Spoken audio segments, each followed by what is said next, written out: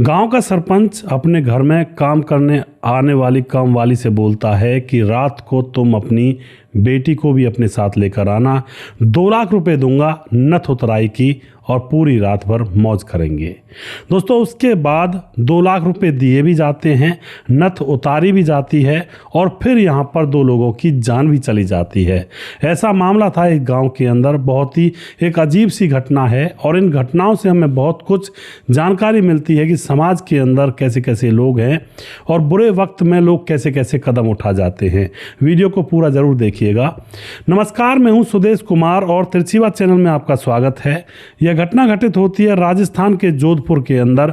मदन सिंह नाम का एक मजदूर रहा करता है, इधर उधर मजदूरी करता और अपना भरण पोषण किया करता है। ज़्यादातर वह गांव के सरपंच अजमेर सिंह के घर पर नौकरी किया करता है और वहीं पर मकान भी बन रहा है उसका नया, तो वहाँ पर मजदूरी बेलदारी भी कर लिया करता है और वहीं से अपना गुजारा बसर किया करता है अपने परिवार का।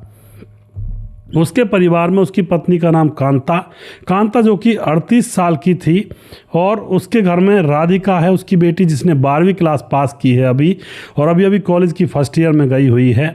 इधर राधिका कॉलेज में भी जाया करती है और घर में रह करके सिलाई का काम भी किया करती, तभी जाकर इन 3 लोगों का परिवार का गुजर बसर हो पाता है। अब घर परिवार का गुजारा ही हो रहा था, इससे आगे पैसे नहीं जोड़े जा रहे थे। इस बात को लेकर के घर का मुखिया मदन सिंह बहुत ज़्यादा परेशानी में हुआ करता। अपनी पत्नी कांता से कहा करता कि अगर इस तरह से चलता रहा तो हम अपनी बेटी की शादी कैसे करेंगे। इन चीज़ों को सोच सोच करके पति पत्नी दोनों परेशान हो लिया करते, लेकिन फिर यही सोचा करते कि अब क्या करें, नहीं हो रहा है तो नहीं हो रहा है, जितनी हमारी औकात उतना हम कमा रहे हैं। अब इसी तरह से काम चल रहा होता है। मदन सिंह सुबह सुबह काम पर निकल जाया करता। सरपंच का नया मकान बन रहा था। अब जैसे ही ये मदन सिंह काम पर जाया करता है तो अब एक दिन जैसे सुबह सुबह सरपंच साहब के काम पर गया हुआ था तो ऊपर से इसका पांव फिसल जाता है और यह ज़मीन पर गिर जाता है और उसकी टांग टूट जाती है। तो यह बहुत ज़्यादा परेशान हैरान जो सरपंच होता है इसको हॉस्पिटल ले जाता है, इसका ट्रीटमेंट करवाया जाता है और फिर वहाँ पर एक टांग को काटना पड़ता है मजबूरी में, क्योंकि उसके ठीक होने के चांस थे ही नहीं। तो सारा पैसा सरपंच लगाता है और उसके बाद दोस्तों इसकी टांग काट दी जाती है और उसके बाद वह अपने घर पर आ जाता है। लेकिन घर पर तो आ चुका था, लेकिन फिलहाल वह अपाहिज बन चुका था, कमाने खाने योग्य नहीं रहा था, घर में पड़ा रहता है। पत्नी अकेली क्या क्या करे, पूरे घर परिवार को कैसे संभाले। पत्नी बहुत ज़्यादा परेशान, बेटी भी परेशान। अब बेटी कॉलेज कम जाया करती, घर पर सिलाई ज़्यादा किया करती लोगों के कपड़ों की, जिससे कि घर का खर्चा चल सके। इस तरह से दोनों माँ बेटी अब बहुत ज़्यादा परेशान हो जाती हैं। अब जो कांता होती है वह अपने पति की जगह पर सरपंच के यहाँ पर बनते हुए मकान में बेलदारी करने जाने लगती है और वहाँ पर बेलदारी करने लगती है। जो सरपंच होता है उसकी नज़र अब कांता के ऊपर पड़ती है कि यार इतनी खूबसूरत औरत मेरे यहाँ पर बेलदारी कर रही है। अब तो जो सरपंच होता है उसका मन इस कांता के ऊपर आ जाता है कि यार मदन सिंह की पत्नी तो बड़ी खूबसूरत है, बड़ी सुंदर है। और उसके बाद दोस्तों वह उसकी सुंदरता का कायल हो जाता है और एक दिन कांता से बोला कि देखो मेरी शादी हुई थी और शादी के बाद मेरी पत्नी तो मर चुकी है, अब मैं अकेला रहता हूँ। इस तरह से कुछ डोरे डाल रहा था, लेकिन आगे बात नहीं बढ़ाई थी और कहता है कि बिना पत्नी के जीवन कितना बेकार होता है। अब इसकी इस बातों को सुन करके कांता की आंखों में भी आंसू आ जाते हैं कि आपने सही कहा सरपंच साहब, मेरे पति का पाँव जब से कटा है तब से मेरा पति भी ना होने के बराबर है और मुझे ही पता मैं कितने दुख दर्द झेल रही हूँ। मेरी बेटी शादी के योग्य हो गई है, अब उसकी उम्र शादी करने की है और मैं कैसे कैसे कमाऊंगी, एक भी पैसा हमारे पास नहीं है और मेरी तो सारी उम्र कमाते कमाते निकल जाएगी। अगर बेटी की शादी में कहीं से कर्जा लेकर भी करूंगी तो पूरी ज़िंदगी भर मुझसे कर्जा ही नहीं उतर पाएगा। साथ में घर का खर्चा भी चलाना होगा और साथ में पति की दवाई गोलियों का खर्चा भी मुझे ही उठाना पड़ता है। और इस बात को कह करके कांता सरपंच के सामने आंखों में आंसू भर लाती है। अब तो यहाँ पर जो सरपंच होता है वह कहता है कि देख देख देख रोना मत, क्योंकि मेरी पत्नी नहीं है, मेरी भी आंखों में कई बार आंसू आ जाते हैं और अगर तुम चाहो तो मैं सारी उम्र भर तुम्हारा साथ देने के लिए तैयार हूँ। पैसों से भी, हर चीज़ से, तुम्हारी बेटी की शादी भी करवाऊंगा, तुम्हें किसी चीज़ की कमी नहीं रहने दूंगा। बस यही कहानी है कि अगर तुम मेरी बात मान सको और तुम मेरे साथ रह सको और मेरा साथ दे सको तो मैं भी तुम्हारा साथ ज़िंदगी भर दे सकता हूँ। अब इस बात को सोच करके कांता जो होती है अब मन मन में सोचती है कि अगर इस काम को मैं करती हूँ तो इसमें बुराई क्या है, मेरे पति का तो कुछ अब है नहीं और अब बेटी की शादी करनी, मेरा भी गुजारा नहीं हो पा रहा है, कहाँ तक कमाऊँगी, क्या कर पाऊँगी जीवन में। और उसके बाद दोस्तों वह सरपंच के सामने सर हिला देती है और सरपंच उसके हाथ पर 5,000 रुपये रख देता है। 5,000 रुपये हाथ पर रख के देखते ही वह कांता के चेहरे की मुस्कान खिल जाती है, क्योंकि 5,000 रुपये तो बहुत मेहनत से कमते हैं। पर डे के 400-500 देते हैं उस जगह पर, तो 5,000 रुपये तो कई दिनों में कमेंगे उससे। अब तो मुस्कुरा जाती है कि एक बार में 5,000 रुपये आ गए। उसके बाद कांता कहती है, सरपंच साहब हमारे घर में सिलेंडर भी नहीं है और हमें सिलेंडर चलाना भी नहीं आता है, लकड़ियों से खाना बनाना पड़ता है। सरपंच कहता चिंता मत करो, एक दुकानदार का नाम बता देता हूँ तुम्हें, वो मेरा जानकार है, वहाँ से सिलेंडर ले लो और घर ले जाना भरवा करके, और उसके मैं पैसे अपने आप दे दूंगा। तो जो कांता होती है उस बताई गई दुकान पर जाती है गैस सिलेंडर वाले की, जो प्राइवेट तरीके से बेचते हैं ना सिलेंडर वगैरह, वहाँ पर जाती है, बोलती है सरपंच साहब ने कहा गैस सिलेंडर दे दो। तो दुकानदार के पास पहले ही सरपंच का फ़ोन आ चुका था, तो वह कहता है कि ठीक है तुम ले जाओ, कोई दिक्कत नहीं है लेकिन मेरे पास ये सिलेंडर जो है इसमें थोड़ी सी लीकेज है और रेगुलेटर लगा देते हैं तो कोई दिक्कत नहीं होती है वैसे, और अच्छे से तुम काम कर लेना, ज़्यादा लीक नहीं है। यह कह करके सिलेंडर को वह दे देता है और फिर यह सिलेंडर को ले जा करके अपने घर लगा देती है। लेकिन वह थोड़ा लीक ही था और वहाँ पर जैसे ही ये थोड़ा चला रहे थे, क्योंकि इनको एक्सपीरियंस तो था नहीं, और तभी वहाँ पर आग लग जाती है और जो डब्बे थे वहाँ पर मसाले वगैरह के उनमें वो झुलस जाते हैं। लेकिन इतने में ही कोई पड़ोसी आता है और इनके सिलेंडर की आग को गीला कपड़ा डाल करके बुझा देता है और इनके रेगुलेटर को अच्छे से लगा देता है। अब तो यहाँ पर यह मामला निकल चुका था, कोई दिक्कत नहीं थी, जान बच गई थी इनकी। अब क्या होता दोस्तों, अब शाम होती है और शाम को किए गए वादे के अनुसार, क्योंकि सरपंच ने जब कांता के हाथ पर 5,000 रुपये रखे थे तो उसने बोला था कि शाम को 9:30 बजे के बाद मेरे घर पर आ जाना। अब 9:30 बजे कांता इंतजार कर रही है कि बेटी कब सोएगी। पति तो अभी जगा हुआ था, दूसरे कमरे में था, और बेटी जैसे सोती है तो पत्नी पति के सामने से ही अब घर से निकल जाती है। पति खूब पूछ रहा था कहाँ जा रही हो कहाँ जा रही हो, लेकिन वह बताती नहीं है और चुपचाप निकल जाती है और सरपंच के घर पहुंच जाती है। जो पति मदन सिंह होता है वह समझ रहा था कि यह गड़बड़ होने चालू हो गया मेरे घर के अंदर, और वह फिर सरपंच के पास जाकर के निर्वस्त्र होती है। सरपंच वहाँ पर 2-3 घंटे तक लगातार उसके साथ अपनी वासना को मिटाता है और यह कांता भी अपनी वासना को आज सरपंच के साथ मिटाती है। और उसके बाद कांता रात को फिर वापस अपने घर आ जाती है और पति जगा हुआ था। पति फिर से देखता है और कहता, कांता तुम गई कहाँ थी? लेकिन कांता कुछ कहती ही नहीं है और चुपचाप अपने कमरे में घुस जाती है और ये कहती है कि तुम सो जाओ, बस ज़्यादा पूछने लायक नहीं हो तुम। इस तरह से कह करके वो अपने कमरे में घुस जाती है। लेकिन जैसे ये सरपंच के पास गई थी कांता, तो वहाँ पर सरपंच का नौकर था जिसका नाम था रतिराम। वह देखता है कि रात को 9:30-10 बजे यह कांता यहाँ पर क्या कर रही है, मदन सिंह की पत्नी। लेकिन वह नौकर था, वह कुछ नहीं कहता है और कांता सरपंच के कमरे में घुस जाती है और उनका प्रोग्राम वहाँ पर चालू हो जाता है। अब पहले दिन तो यह नौकर किसी से कुछ नहीं कहता है कि चलो कोई मजबूरी आ गई होगी, और उसके बाद तो दोस्तों यहाँ पर अब बार बार ये सिलसिला चलने लगा था। पत्नी रात को निकल जाया करती और चुपचाप वापस आकर अपने कमरे में सो जाया करती। हर रात पत्नी पति के सामने से होकर गुजरा करती और पति पूरी तरह से समझ चुका था कि मामला बिगड़ चुका है, अवैध रिश्ते इसके चले हुए हैं और अब मेरी ज़िंदगी बर्बाद हो ही चुकी है पूरी तरह से ही। अब एक दिन की बात है, नौकर रतिराम मदन सिंह के पास पहुंचता है और वहां बैठा बैठा चुपचाप बताता है कि तुम्हारी पत्नी सरपंच के पास जाती है, ये बात मैंने किसी को नहीं बताई है, बस तुम्हें ही बता रहा हूँ।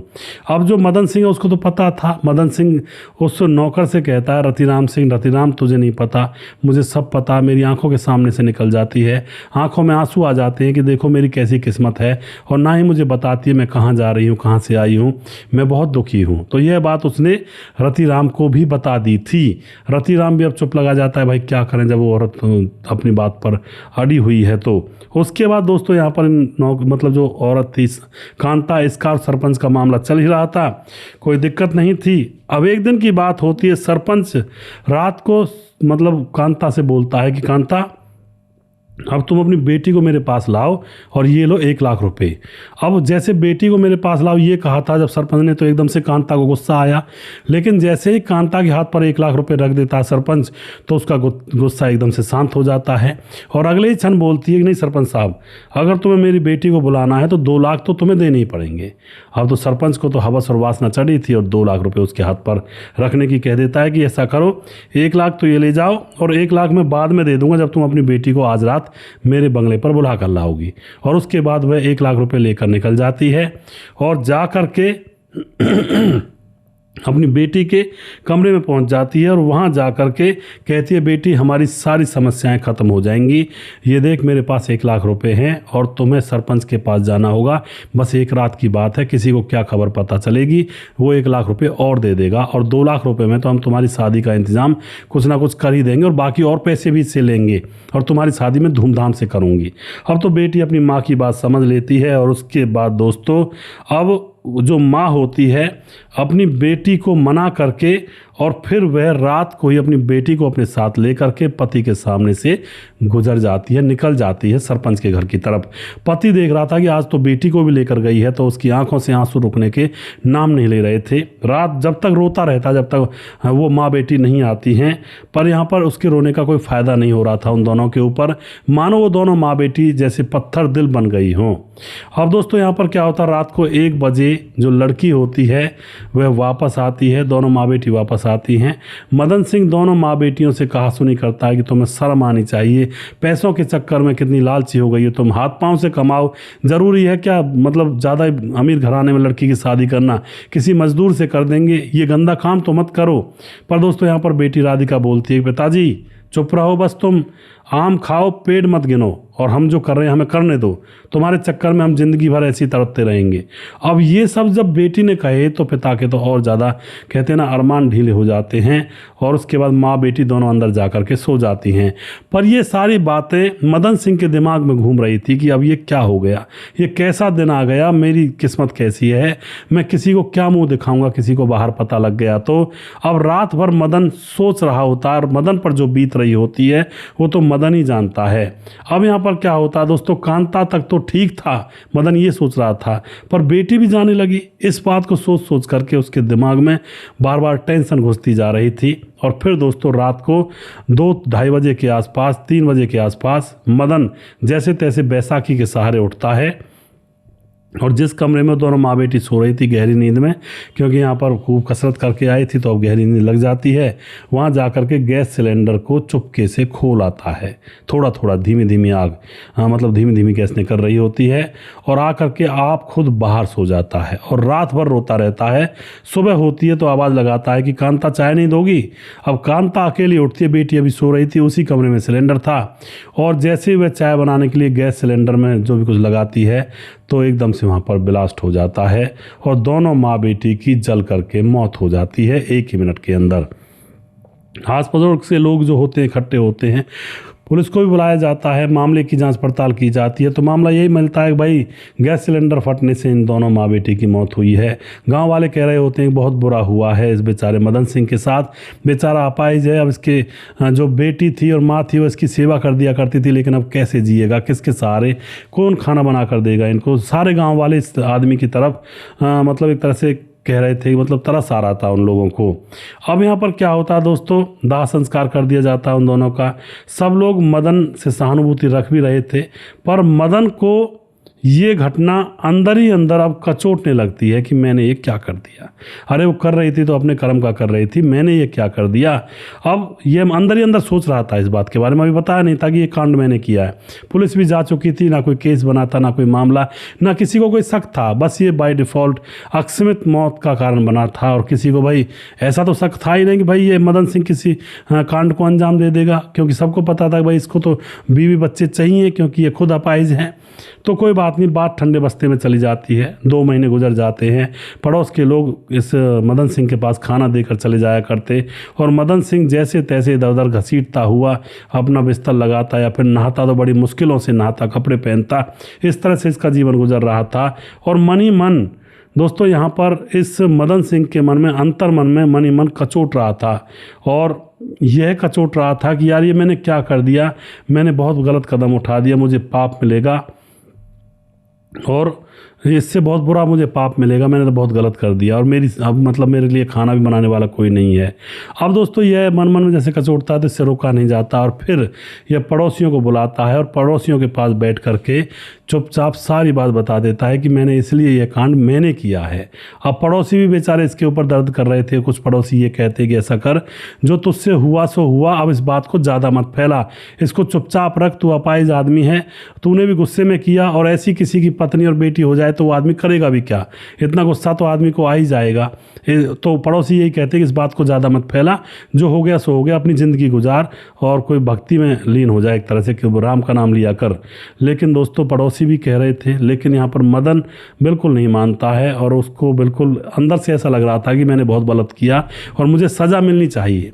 और फिर दोस्तों वह जैसे तैसे कोई ऑटो रिक्शा या कुछ भी टेम्पो करके वह पुलिस थाने पहुँच जाता है और वहाँ जा कर के सारी घटना बता देता है कि साहब मुझे प्रायश्चित करना है, मुझे पकड़ लो, मैंने ही वो कांड किया था, मेरी बीवी और मेरी जो बेटी और पत्नी है उसकी हत्या मेरी वजह से हुई है, मुझे पकड़ लो। और उसके बाद दोस्तों पुलिस उसके ऊपर चार्जशीट दायर करती है, सारी चीज़ें पूछी जाती हैं तो सारी चीज़ें डिटेल में बताता है।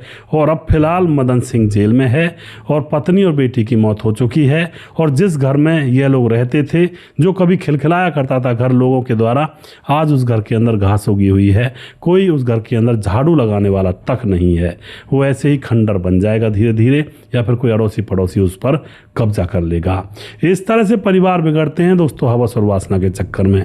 इसकी पत्नी कांता को लगा था कि रातों रात अमीर बन जाएंगे, सारे दुख संकट दूर हो जाएंगे। अरे भैया प्रारब्ध भी तो भुगतना पड़ता है ना, जो पिछले कर्म में किया या इस कर्म में हम कर रहे हैं उसका हट जाना तो देना ही पड़ता है। हर चीज़ यहाँ पर फ्री में नहीं मिलती। हो सकता है अभी कोई आपको फ़ायदा हो जाए बेईमानी से या फिर कोई ऐसी वैसी चीज़ से और कोई उसका रिजल्ट ना मिले, उसकी सज़ा ना मिले तो आपको लगे कि भाई कुछ नहीं होता, ये गलत है, अब नहीं होगा आगे होगा, आगे नहीं होगा अगले जन्म में होगा, कभी ना कभी उसकी सज़ा मिलती है। और ऐसे को करते हैं ना किया करें और सावधान रहा करें, सतर्क रहा करें। वीडियो के लास्ट में कुछ भाइयों के नाम लेना चाहूँगा जो हमारे वीडियोज़ को देखते हैं, हमें सपोर्ट करते हैं। हमारे साथ हैं दोस्तों समाधान पाटिल जलगांव महाराज से कमेंट करते हैं, सुजीत कुमार कमेंट करते हैं, राम गोसाई कमेंट करते हैं और उसके बाद हमारे साथ धीरज बनवाल कमेंट करते हैं, जय श्री राम, विमलेश कुमार कमेंट करते हैं, very good story, Saddam Ansari comment करते हैं, मेरा भी नाम ले लिया करो सद्दाम अंसारी, भिवांडी से बहुत धन्यवाद जी। संजीव मौर्य कमेंट करते हैं, क्या आप मेरी कहानी कहोगे, सच्ची है, मैं बताना चाहता हूँ। संजीव मौर्य जी बिल्कुल बताओ आप, मैं लोगों की कहानी ही कहता हूँ, मेरा काम ही यही है, बिल्कुल कहूँगा आपकी कहानी। और आप मैसेंजर में अपनी सारी कहानी लिख दें या फिर इसी कमेंट बॉक्स में यहीं पर आप लिख सकते हैं, मैं यहाँ से भी पढ़ लूँगा। और आप कहीं भी आप अपनी कहानी लिख दें, मैं वहीं से ले लूँगा जहाँ पर आपने कमेंट किया वीडियो के नीचे, और आप वीडियो में अपनी कहानी लिख सकते हैं और जो मेन पॉइंट है उनको आप बता दीजिए और बाकी मैं अपने आप उसको कहानी के रूप में परो दूँगा। या फिर मेरे मैसेंजर में आप लिख सकते हैं, अलग से मैं पढ़ लूँगा, वहाँ पर भी कोई दिक्कत नहीं है, आप लिख कर भेज सकते हैं। मुकेश कुमार यूपी 83 से कमेंट करते हैं, भरत तिवारी कमेंट करते हैं, संजीव मौर्य कमेंट करते हैं और नंबर दिया। संजीव भाई नंबर ना दिया करें प्लीज़, क्योंकि ये नंबर देना बहुत ख़तरनाक हो सकता है आपके लिए, बहुत सारी जनता होती है, कोई कैसा फ़ायदा उठा ले, तो अपना नंबर हटा ले प्लीज़। और जो भी भाई कमेंट बॉक्स में नंबर देते हैं उनसे मैं गुजारिश करता हूँ, खास गुजारिश, अपना नंबर ऐसी पब्लिकली क्यों देते हो भाई? नंबर बहुत ही इंपॉर्टेंट चीज़ होती है, उसको ऐसे ही थोड़े दिया जाता है कहीं भी, ऐसे नंबर ना दिया करें, मैं यही बार बार कहता हूँ। सुजीत कुमार कमेंट करते हैं, देवेंद्र कुमार कमेंट करते हैं, बनवारी लाल की अय्यासी के चक्कर में पूरा परिवार तबाह हो गया। जी बिल्कुल देवेंद्र भाई जो कि हमारे फरीदाबाद से हैं। और रजत सैनी कमेंट करते हैं, मनोज श्रीवास्तव जी लगातार कमेंट करते हैं। और उसके बाद हमारे साथ मोनू जैन कमेंट करते हैं, सूरज डीओ फिजी से कमेंट करते हैं, लगातार हमारे साथ बने रहते हैं। राम मोहम्मद यासीन लाहौर पाकिस्तान से हैं। राधेश्याम शर्मा सिरसी जयपुर राजस्थान से हैं। राजकिशोर चौरसिया महाबलेश्वर महाराज से कमेंट करते हैं। और छगनदास खारडाबाद राजस्थान से हैं। और उसके बाद दुर्योधन भाई लगातार कमेंट करते हैं। सुशील चौधरी हमारे लगातार कमेंट करते हैं। और वनराज नामदेव कोहली लगातार कमेंट करते हैं। नीतीश पासवान बोध गोगिरडी झारखंड से। दया शंकर सिंह राजपूत ठाकुर यूपी 43 गोंडा से, इनकी पत्नी भी हैं सुमन जी, और जो कमेंट करती हैं। रामलाल कुशवाहा जिला विदिशा पुरानी बिहार से, रवि प्रकाश कमेंट करते हैं शौकत अली दिल्ली से, कालीचरण उड़ीसा से, फिलहाल गोवा में कमेंट करते हैं, परवीन चौधरी राजस्थान से पर बेंगलुरु में रहते हैं, सैफुल मलिक कमेंट करते हैं, राम थापा नेपाल से कमेंट करते हैं, राम बहादुर सिंह रायगढ़ छत्तीसगढ़ से और बुलाईदास झारखंड से, खेमराज गुज्जर चिट्ठी जीबी नगर यूपी 16 से, श्यामलाल चौधरी नौका बीकानेर राजस्थान से, पप्पा राम कमेंट करते हैं। और अभी भी जिस भाई का नाम रह गया हो उस भाई का नाम अगले वीडियो में ज़रूर लूँगा। अगला वीडियो बहुत जल्दी फिर से लेकर आऊँगा, तब तक आप खुश रहें, सावधान रहें। जय हिंद, जय भारत।